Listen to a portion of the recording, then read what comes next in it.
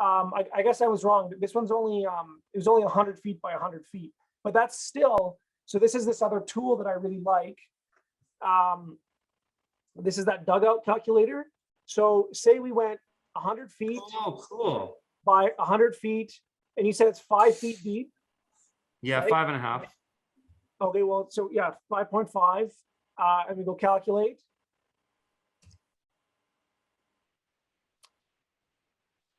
What's going on here? 100, 100, 5.5, calculate. So that would give you a million liters, over a million. Yeah, that's about what I calculated when yeah, that sounds about right.